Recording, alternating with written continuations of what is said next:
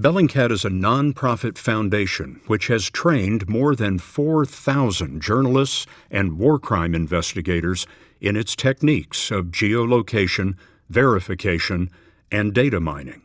We're headed into an entirely new era of human rights investigations and war crimes investigations more generally.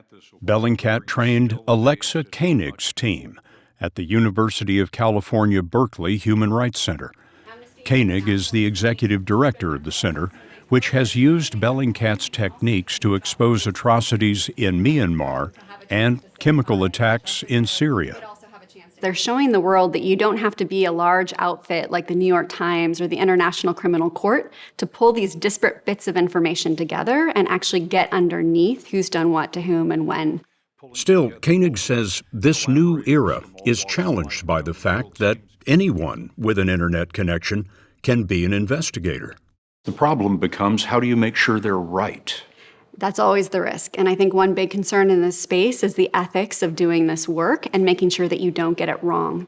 Alexa Koenig's UC Berkeley Center recently worked with the United Nations to publish guidelines for witnesses who post evidence and for amateur investigators. Standards. Yes. Rules of evidence. Exactly. So a lot of people are being really innovative and creative about how to use a lot of digital tools and techniques to ultimately solve these puzzles. But the problem is a lot of them are not trained as legal investigators. They're not thinking about things like chain of custody and how do you establish that something you grab from the internet hasn't been changed in transit and should actually be trusted as reliable once it reaches a court of law. So our work is hopefully designed around helping them do that in a way that maximizes that value for accountability.